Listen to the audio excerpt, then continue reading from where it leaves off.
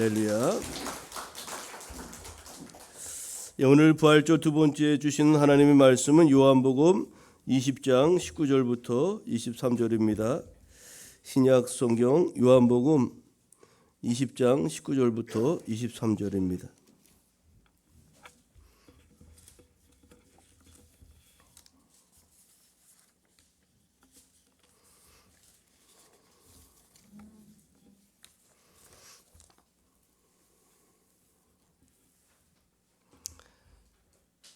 신약 184쪽입니다. 제가 말씀 봉독하겠습니다. 이날 곧 안식 후 첫날 저녁 때에 제자들이 유대인들을 두려워하여 모인 곳에 문들을 닫았더니 예수께서 오사 가운데 서서 이르시되 너에게 평강이 있을지어다. 이 말씀을 하시고 손과 옆구리를 보이시니 제자들이 주를 보고 기뻐하더라. 예수께서 또 이르시되 너에게 평강이 있을지어다. 아버지께서 나를 보내신 것 같이 나도 너희를 보내노라. 이 말씀을 하시고 그들을 향하사 숨을 내쉬며 이르시되 성령을 받으라. 너희가 누구의 죄든지 사하면 사여질 것이요 누구의 죄든지 그대로 두면 그대로 있으리라 하시니라. 아멘. 오늘 우리가 읽은 요한복음 20장 19절의 말씀 중심으로 두려움에서 기쁨으로 라는 제목으로 말씀의 은혜를 나누겠습니다. 사월과 함께 이제 완연한 이제 봄이 우리 곁에 온 것 같습니다. 기다리던 벚꽃이 아주 만개해서 우리 주변을 아주 하얗게 수놓고 있는데 여러분 그것을 바라보며 미소 짓는 우리 가족들 또 우리 연인들의 모습이 너무나 보기 좋죠. 이렇게 너무나도 좋은 계절에 하나님께서 우리에게 부활의 기쁜 소식도 주시니 더욱 감사하지 않을 수 없습니다. 기쁘고 감사하고 또 감격스러운 그런 마음으로 우리 부활절 두 번째 주일 오전 예배를 우리 하나님께 드렸으면 좋겠습니다. 우리 택함받은 교회 교우들과 평화의 축복의 인사를 나누고 말씀 계속 이어가겠습니다. 부활의 기쁨을 누리시다 이렇게 인사 나누겠습니다. 부활의 기쁨을 누립시다. 부활의 기쁨을 누리시기 바랍니다. 우리 부활절, 이 부활절은 부활주일 한 주로 끝나는 것이 아닙니다. 부활하신 예수님은 이 땅에 40여일을 계시다가 이제 승천하셨는데요. 부활주일로부터 제7주, 7주가 되는 5월 12일이 예수 승천주일입니다. 이 부활주일로부터 예수 승천주일까지를 부활절기로 우리가 교회력에 따라서 그렇게 부릅니다. 우리는 이 기간 동안에 부활의 의미를 생각하고 부활의 감격을 누리고 또 부활의 증인이 되어야 되며 부활과 관련된 신앙의 길을 우리가 묵묵히 걸어가야 하겠습니다. 부활절을 우리가 매년 찾아오는 기독교의 연례 행사로 그냥 단순하게 보낸다면 우리의 신앙과 삶에 아무런 의미가 없을 것입니다. 여러분 부활절의 의미가 무엇인지를 깊이 묵상하고 또 부활 신앙을 누리는 것이야말로 참으로 부활절기를 보내는 그런 좋은 방법이라 하겠습니다. 바울은 고린도전서 15장 14절 이하의 말씀을 통해서 이렇게 증언했습니다. 예수 그리스도께서 만일 다시 살아나지 못하셨으면 우리가 전파하는 것도 헛것이요 또한 너희 믿음도 헛것이며 그리스도께서 다시 살아나신 일이 없으면 너희의 믿음도 헛되고 너희가 여전히 죄 가운데 있을 것이요 라고 증언했습니다. 여러분 바울은 예수님의 부활이 우리 신앙과 믿음의 핵심이라는 것을 이렇게 증거한 거죠. 예수님의 부활이 없다면 우리의 믿음은 헛것이며 오늘 여러분의 오늘 이 아침의 애씀과 수고가 아무것도 아니라는 겁니다. 우리의 모든 수고와 헌신도 다 헛되다고 그렇게 말하고 있는 거죠. 예수님의 십자가 죽음과 부활이 없다면 죄의 문제는 영원히 해결될 수 없을 뿐만 아니라 기독교 신앙은 존립 자체를 할 수가 없는 것입니다. 여러분 부활절 두 번째 주일 교회력의 키워드는 부활하신 예수 믿음의 공동체를 세우시다입니다. 여러분 예수님께서 이제 부활하심으로 교회를 든든히 하시고 교회의 머리가 되셔서 우리를 지금도 이끌어 가시는 줄로 믿습니다.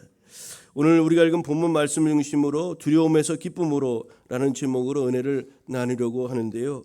오늘 본문을 통해서 우리에게 주시는 바 은혜는 무엇인지를 같이 나누고자 합니다. 첫 번째로 오늘 본문 속에 보니까 제자들이 유대인들을 피해서 문을 잠그고 두려워했다고 말씀하고 있는데 우리에게 두려움이 찾아오는 원인이 어디에 있을까요?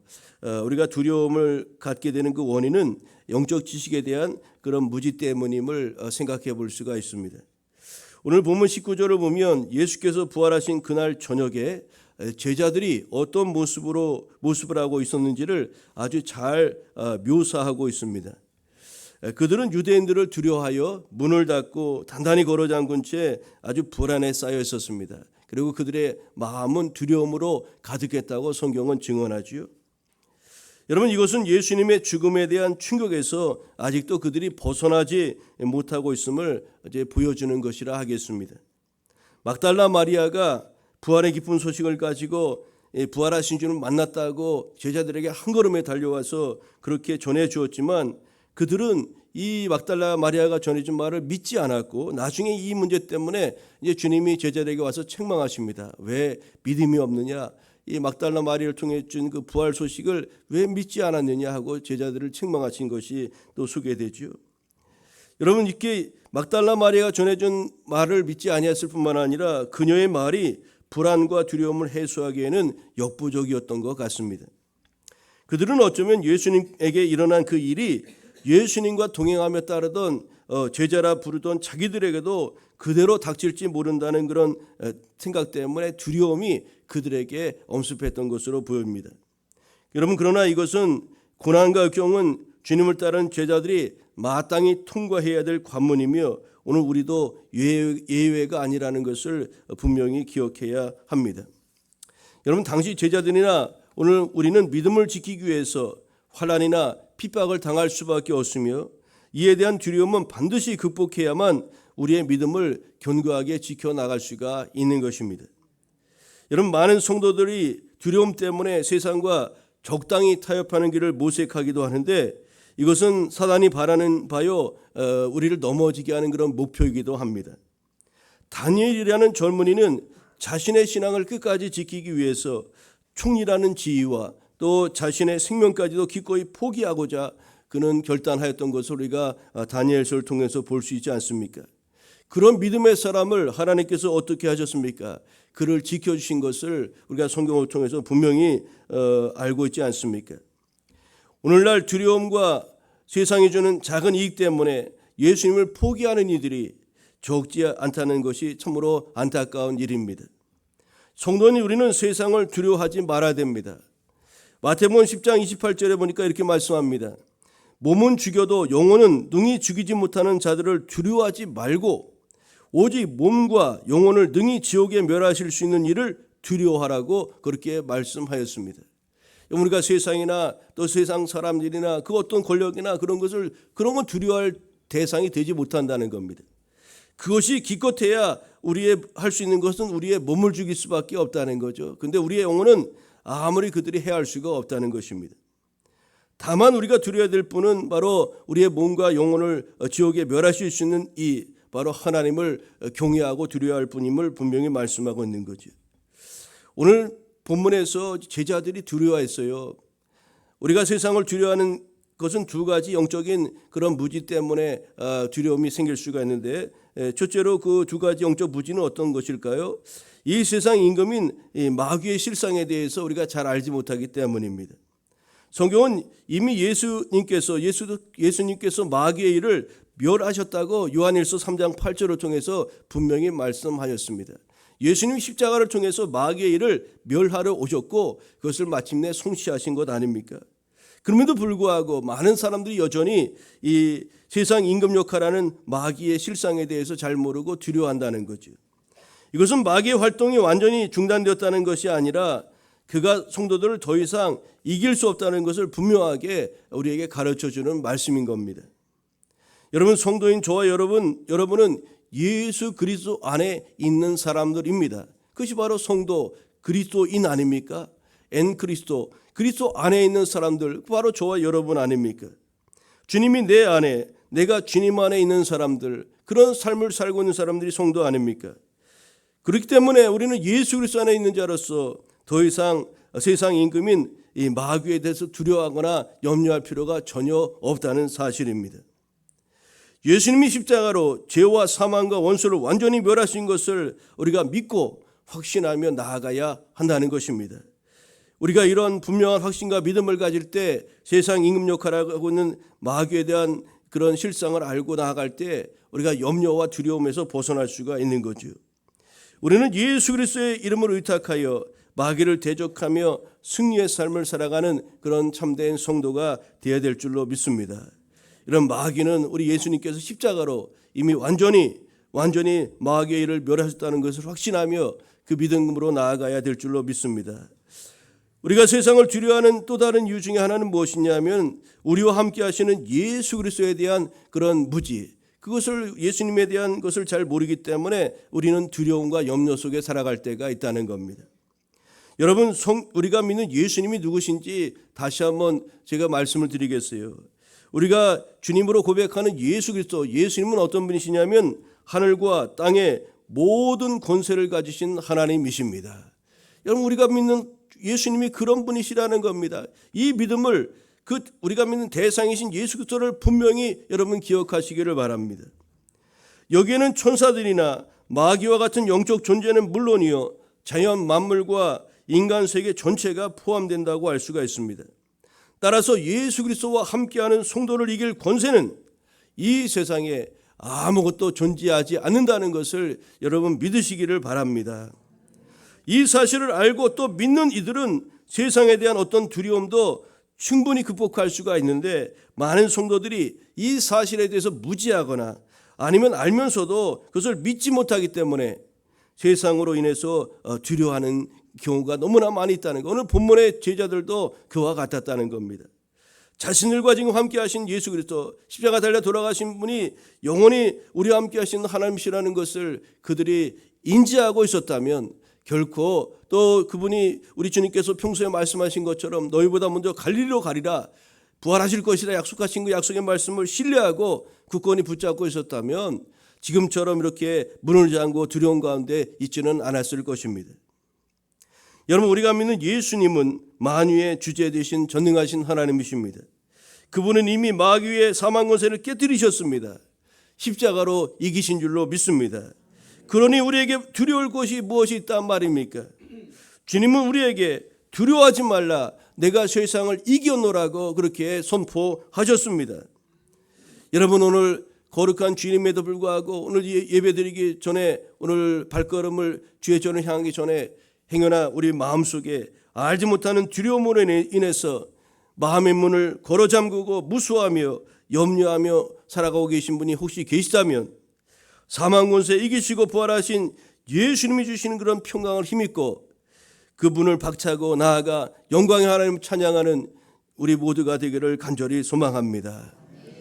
여러분, 마귀 또 이 세상 임금 역할하는 마귀는 예수님께서 십자가로 완전히 깨뜨리셨다는 것을 분명히 확신하면서 승리의 주님, 그분이 오늘 부활하신 주님이 오늘 제자리에 오셔서 평강을 불어넣으셨던 것처럼 오늘 거룩한 성일 우리에게 평강 주시는 하나님이 우리 가운데 지금도 함께 하신다는 것을 기억하시고 두려움을 떨쳐버리고 평강과 또 평안으로 승리의 삶을 살아가는 교회 여러분 되시기를 다시 한번 축복합니다.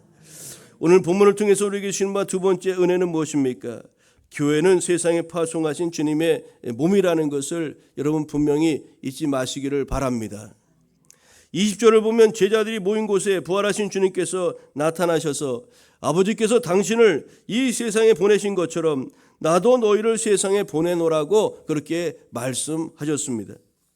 여러분, 이것은 우리가 예수님의 일꾼이라는 것과 우리가 힘써 추구해야 될 일들이 그분의 명령을 수행하는 것이라는 것을 가르쳐주는 너무나 중요한 말씀이 아닐 수 없습니다.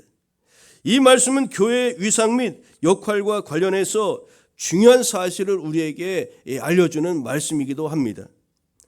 주님이 하신 말씀, 나도 너희를 세상에 보내노라 라는 이 말씀은 내가 교회를 필요로 한다라고 받아들일 수가 있는 것입니다. 후에 바울은 이 사실을 깨닫고 교회를 예수 그리스도의 몸이라고 에베소서 1장 23절을 통해서 그렇게 밝히지 않았습니까? 교회는 사람들이 만든 세상의 여러 단체와는 완전히 다른 그런 특별한 그런 기관임을 우리는 잊지 말아야 합니다. 교회는 사람들이 자기의 필요, 즉 친목을 위해서나 또 어떤 특별한 목적을 위해서 만든 것이 아니라 예수 그리스도께서 자신의 일을 위해서 세우신 그런 특별한 기관이라는 것을, 공동체라는 것을 우린 여러분 잊지 말아야 하겠습니다. 그분은 자신의 일을 널리 알리고 고통과 슬픔과 절망 중에 있는 이들을 자유케 하시려고 이 땅에 주님의 몸인 교회를 그렇게 세우신 것입니다. 그러므로 교회는 언제든지 예수 그리스도의 입이 되어 예수께서 하시려는 말씀을 전하며 그분의 발이 되어 그분이 가시려는 곳으로 가야 되며 그분의 손이 되어서 그분이 역사를 행하지 않으면 안 되는 것입니다. 교회의 머리는 목사도 아니요 장로도 아닙니다. 신부나 교황도 아닙니다. 오직 교회의 머리는 예수 그리스도이십니다. 그래서 교회는 머리 대신 예수 그리스도의 인도하심과 뜻을 따라 나아가는 공동체가 바로 교회가 되어야 한다는 사실입니다. 그러므로 교회는 처음부터 마지막까지 주님이 기뻐하시는 일 외에 다른 것에 집중하지 말아야 한다는 사실입니다. 교회의 머리 되신 주님께서 이끌어가야 되기 때문에 그래요. 그분의 뜻을 따라가야 되기 때문에 주님이 기뻐하신 일을 우리가 반드시 따라가야 한다는 거죠. 교회는 주님의 명령만 수행하고 최선을 다해야 합니다. 아버지 하나님은 아들이신 예수님을 이 세상에 보내셔서 인류 구속 계획을 완전하게 성취하셨습니다. 마찬가지로 아들이신 우리 주 예수께서는 우리를 이 세상에 보내사 동서사방에 흩어진 하나님의 백성을 찾아 모으라고 말씀하고 있는 겁니다. 이미 모든 것이 준비가 완료되었다고 복음서를 통해서 말씀하죠. 들에는 곡식들이 이미 무르익어서 추수를 기다리고 있다고 말씀합니다. 우리는 주님의 명령을 따라 낫을 들고 그 밭에 들어가 거두기만 하면 되는 것임을 우리는 잊지 말아야 하겠죠. 여러분, 교회가 교회다움을 유지하고 증명하는 길은 예수님의 명령을 수행하는 데 있다는 것임을 있음을 우리가 잊지 말아야 하겠습니다. 그분의 명령을 내팽개친 채 다른 일에 분주하다면 이것은 교회의 본래적인 사명을 잊고 있는 것이라는 것을 우리는 잊지 말아야 하겠습니다. 지금 구원받아야 될 영혼들이 너무나 세상에는 많다는 겁니다. 추수할 때가 되었다는 겁니다. 우리가 이 세상에 나아가 그래서 주의 복음을 증거하라는 거지요. 이런 복음을 전파하면 반드시 두 가지 반응이 나오게 되어 있어요. 하나는 복음을 받아들이는 사람이 있는가 하면 그 복음을 배척하는 사람이 분명히 있다는 겁니다. 그런데 이 세상에 가면 우리의 전하는 그런 복음을 듣고 그것을 마음으로 받아들이고 예수 그리스도를 나의 하나님으로 주님으로 영접하는 이들이 많이 있다는 겁니다. 주님께서 예비하신 그런 택하신 주의 백성들이 이 세상에 있다는 사실이죠. 그래서 우리는 그것을 위해서 주님 오시는 그날까지 복음 들고 우리가 산을 넘고 들을 향해서 나아가고 참으로 많은 영혼들을 향해서 생명의 복음을 증거해야 하는 것입니다. 여러분, 예수님께서 교회를 참으로 필요로 하시는 것처럼 교회 역시 예수님이 반드시 필요한 줄로 믿습니다. 여러분, 교회는 머리 대신 주님의 명령을 수행하는 몸이기 때문에 그분이 없다면 교회의 기능은 마비되고 만다는 것을 우리는 잊지 말아야 하겠죠. 교회가 지향하고 나가야 될 목표와 방향을 잃어버리게 되는 것은 물론이요, 교회의 본래적인 사명도 감당할 수가 없게 되기 때문에 교회는 반드시 예수님을 모시고 나아가야 하는 것입니다. 교회의 권세와 능력은 예수님으로부터 나오기 때문에 여러 가지 교회의 어떤 조직이나 또 시스템이 아무리 탄탄하고 완벽하다 하더라도 그 교회의 초대교회 같은 그런 영적인 능력을 우리가 이 땅 가운데 나타내기가 어렵다는 사실입니다. 근데 여러분, 자금의 많은 교회들이 이런 예수 그리스도로부터 나오는 권세와 능력을 외면하고 다른 인본주의적인 그런 방법이나 그런 조직이나 기구 이런 가치들을 더 우선순위에 두는 경우들이 너무나 많이 있다는 거죠. 현대 교회가 당면하고 있는 최대 위기가 무엇일까요? 여러분, 교회가 위기라고 그런 이야기들을 여러분 너무나 많이 들어보셨을 겁니다. 여러분, 교회가 당면한 최대 위기가 무엇일까요? 그것은 예수님의 부재 또는 예수님에 대한 소외라고 할 수가 있습니다. 교회에 예수님이 안 계신 겁니다. 여러분 어찌 목사가 그런 말을 합니까? 여러분 위험한 말을 한다고 이단 아니냐고 말씀하실지 모르겠지만 교회에 예수님 없는 교회들이 있다는 겁니다. 교회의 머리 대신 예수님을 소외시키고 인간이나 어떤 조직이나 기구가 그 자리를 대신하기 때문에 주님의 권능과 능력과 역사가 교회를 통해서 이 땅 가운데 드러나지 않는 거지요. 다시 한번 우리 자신을 점검해 봐야 됩니다. 또한 우리가 냉정하게 우리 교회 공동체를 또 살펴봐야 됩니다. 주님이 우리 안에, 우리가 그리스도 안에 존재하고 있는지를 오늘 부활절 두 번째 주일 오늘 이 아침에 우리가 점검해 봐야 하겠습니다. 우리 교회가 정말 교회로서 그 진면모와 능력을 나타내며 나아가고 있는 교회인지 우리가 냉정하게 우리 교회 공동체도 한번 진단하고 나아가야 하지 않겠습니까? 여러분 그렇습니다. 오늘 교회는 세상에 파송한 주님의 몸이요 뿐만 아니라 교회는 반드시 우리 주님을 모시고 나아가는 공동체여야 된다는 것. 교회의 머리는 예수님이십니다. 그분을 따르고 그분의 인도함을 따라 나아가는 교회야말로 진짜 교회라는 것을 여러분 우리가 잊지 말고 그렇게 나아가야 될 줄로 믿습니다. 오늘 본문을 통해서 우리에게 주시는 바 세 번째 은혜는 무엇입니까? 성령은 승리하는 그런 신앙과 사역에 있어서 아주 반드시 필요한 우리의 영적 파트너라고 할 수가 있습니다. 여러분 본문 22절을 보면 부활하신 주님께서 제자들을 향해서 숨을 내쉬면서 성령을 받으라고 이렇게 말씀하셨습니다. 이것은 하나님께서 아담을 창조하실 때의 광경을 연상케 합니다. 하나님께서 흙으로 사람을 만드시고 그 코에 생기를 불어넣어 생명이 되게 하셨다고 창세기 2장 7절은 말씀합니다. 부활하신 예수님은 제자들을 향하여 숨을 내쉬며 생기가 아닌 성령을 받으라고 그렇게 말씀하셨습니다. 이것은 우리에게 성령의 중요성을 일깨워 주시는 아주 중요한 가르침이기도 합니다. 흙으로 만들어진 몸에 하나님의 생기가 들어가자 그가 곧 생명이 되었던 것처럼 에스겔 환상 중에 본 골짜기의 마른 뼈들이 그 마른 뼈에 생기가 들어가자 뼈들이 살아 움직였던 것처럼 성도인 우리 개개인에게 있어 성령은 바로 이 생기와도 같다고 하겠습니다. 그러므로 주님께서 승천하시기 전에 제자들에게 성령의 충만을 받기까지 예루살렘을 떠나지 말고 성령이 너에게 임할 때까지 기다리며 기도할 것을 명하셨던 것 아닙니까? 사도행전 1장 4절에 또 그렇게 말씀하지 않았습니까? 예루살렘을 떠나지 말고 내가 너에게 약속한 것을 임하기까지 기다리라. 그렇게 주께서 승천하시면서 말씀하셨던 겁니다. 여러분 그리스도인으로서 누구든지 신앙과 사역에 승리하기를 원한다면 반드시 성령님과 동행해야 합니다. 성령의 인도함을 받지 않고서는 이 목표에 도달하기란 불가능합니다. 주님께서는 성령의 역할을 제자들에게 또 말씀 앞에 있는 저와 여러분에게 자세하게 성경을 통해서 여러 말씀들을 통해서 우리에게 계시해 주셨기 때문에 그 중요성에 대해서는 누구라도 쉽게 이해할 수가 있을 것입니다. 성령님은 또 다른 보혜사로 우리에게 오신 하나님이십니다. 이는 그분이 예수님을 대신하여 우리 가운데서 활동하실 것임을 뜻하는 말씀입니다.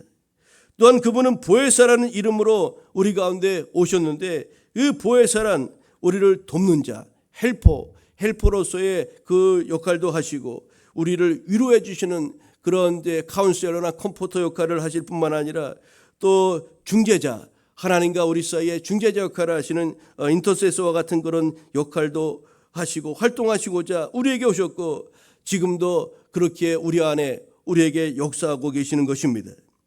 그러므로 성령의 인도함을 받는 사람은 그 안에 새 생명이 있으면 물론이요 언제든지 하나님의 뜻 가운데서 바로 행할 수가 있는 것이죠. 여러분 우리가 여행을 가다 보면 낯선 길을 가는 이들에게 꼭 유능한 길 안내자가 반드시 필요하죠. 저는 네팔 그 히말라야 산을 안 가봤는데 한국 사람들이 그 네팔 트레킹을 엄청 많이 한다고 합니다. 보통 이제 8,000m잖아요. 대부분 그 산이. 근데 3,000m 트레킹하는 분들이 있고 4,000m 트레킹하는 분들이 있대. 고산지대라 아주 이제 어지럼증도 있고 고산병도 걸리고 이제 그런다는데 거기에 가면 네팔 트레킹할 땐 반드시 저 아는 목사님이 이제 몇 차례 네팔 또 선교사도 가 계시고 또 트레킹도 다녀오신 분이 계신데 반드시 거기에서는 그 안내자와 동행합니다. 짐을 이제 메고 가는 그런 이제 사람들도 있는가 하면 그 산길을 안내해 준 역할이 있어요.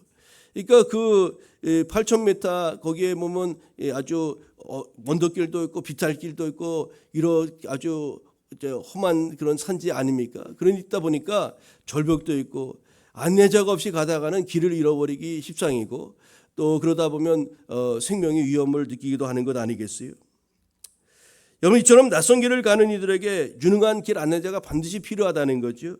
그 길을 잘 아는 사람이 그들을 안내한다면 시간과 비용을 절감할 수 있을 뿐만 아니라 이제 그분이 잘 안내해 주면 이곳을 보십시오, 이 아름다움을 보십시오, 뭐 여러 가지 그 길 안내를 통해서 즐거운 여정 속에 원하는 목적지에 도착할 수가 있는 것 아니겠습니까? 반대로 우리가 그 유능한 길 안내자가 없다면 우리의 여정이 얼마나 힘들고 또 고단하겠습니까?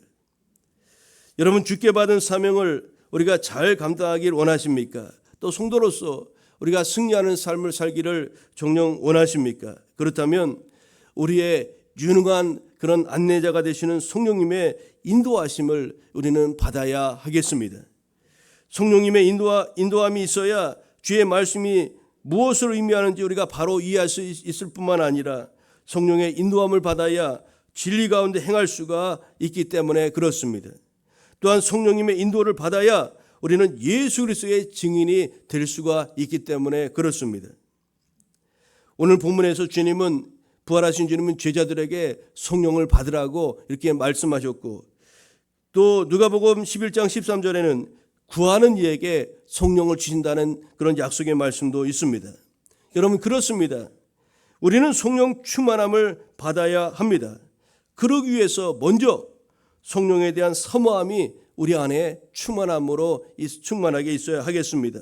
성령님이 내 안에 충만하게 임할 수 있도록 우리가 기대하고 또 사모하며 나아가야 하겠습니다. 그리고 간절한 마음으로 성령님 내 안에 오시고 또 내 안에서 역사하사 우리로 하나님의 뜻을 깨닫고 분별하며 주님께서 기뻐하시는 삶으로 나아가게 해달라고 인격적인 성령님을 우리 안에 모시는 그런 과정이 우리에게 꼭 필요하다고 할 수가 있습니다. 성령님은 승리하는 신앙과 삶에 반드시 필요한 그런 하나님이시라는 것을 기억하시고 성령 충만을 받으라, 성령을 받으라는 그런 부활의 주님의 말씀을 우리가 기억하며 성령 충만한 가운데 승리의 삶을 이루어 가시기를 간절히 소망합니다. 이제 말씀의 교훈을 맺고자 합니다. 제자들은 부활의 주님을 만나기 전까지만 해도 아주 방문을 걸어 잠그고 두려움 속에서 헤어나올 수가 없었습니다. 그들에게는 아무런 소망이 없어 보였습니다. 오직 슬픔만이 그들을 짓누르고 있었던 것이지요. 그런데 그들이 부활의 주님을 만났을 때, 그 부활의 주님이 그들에게 오셨을 때 어떻게 되었습니까? 기쁨이 그들의 마음을 지배하게 되었습니다. 그들 안에 있던 모든 두려움은 기쁨으로 완전히 바뀌게 되었던 거죠. 평강이 그들의 심령에 넘쳐 흐르게 되었던 겁니다. 여러분, 이렇게 부활의 주님을 만난 인생과 그렇지 못한 인생 사이에는 엄청난 차이가 있다는 것을 우리는 기억해야 하겠습니다. 그러므로 인생에서 가장 중요한 것은 바로 부활하신 주님, 그 하나님이, 우리 주님이 나의 하나님이시라는 것을 우리가 인정하고 우리 마음속에 받아들이고 그분과 동행하며 살아가는 것이라 하겠습니다. 서두에 말씀드린 것처럼 우리가 부활절기를 보내는 데 있어 가장 중요한 것은 이 부활절기를 누리는 것이라고 했습니다. 여러분, 이 부활의 주님을 당신은 간절히 찾고 또 사모하는 자에게 나타나 주신다는 것을 여러분 잊지 마시고 그분을 우리 마음에 모시고 또 그분을 만날 때 우리 삶은 완전한 그런 새로운 그런 삶으로 변화된다는 것을 기억하시고 부활의 주님을 우리 마음에 모시고 살아감으로 말미암아 평강과 기쁨과 또 축복의 삶을 누리게 되는 교회 여러분 되시기를 간절히 소망합니다. 기도하겠습니다. 사랑의 하나님, 감사합니다. 오늘 부활절 두 번째 주일을 맞이하여 또 요한복음 20장 19절 이하의 말씀을 통해서 또 은혜 나누게 하심을 감사합니다. 참으로 주님, 부활하신 주님 이제 만나지 않았을 때 제자들의 마음은 불안과 두려움과 걱정으로 가득 차 있었지만 부활의 주님 만난 이후에 그들은 감격하였고 또 기쁨으로 충만하였음을 오늘도 말씀을 같이 나누었습니다. 아버지, 또 그들은 부활의 주님 만나 사명을 받고 삶의 자리로 나아가 땅까지 예수 그리스도의 증인된 삶을 살아가는 그런 길로 나아가게 하셨습니다. 아버지, 그 일을 감당하기 위해서 또한 주님께서는 성령을 그들에게 부어주시고 또 담대함으로 세상 끝까지 예수 그리스도의 증인된 삶을 살 수 있도록 성령의 권능을 그들 가운데 부어주신 줄 믿습니다. 아버지, 오늘 부활절 두 번째 주일을 맞이하는 우리 모두에게도 이런 부활의 기쁨을 누리게 하여 주옵시고 또 성령으로 충만하여 땅끝까지 예수 그리스도의 증인된 삶을 살아가는 우리 모두 되게 하여 주옵소서. 예수님이 부활하셨습니다. 우리의 사망 권세의 모든 죄악을 담당하시고 우리 십자가 달에 돌아가셨던 그 예수님께서 부활하셨습니다. 우리가 담대함으로 선포할 수 있는 믿음의 주인공들 우리 모두 되게 하여 주옵소서. 이번 부활절 두 번째 주간 우리 삶의 자리에 어느 곳에 있든지 부활의 주님을 기억하면서 기뻐하며 평안하며 감사하며 살아가는, 부활을 누리며 살아가는 주의 거룩한 성도들 되게 하여 주옵소서. 감사드리오며 예수님의 이름으로 기도하옵나이다. 아멘.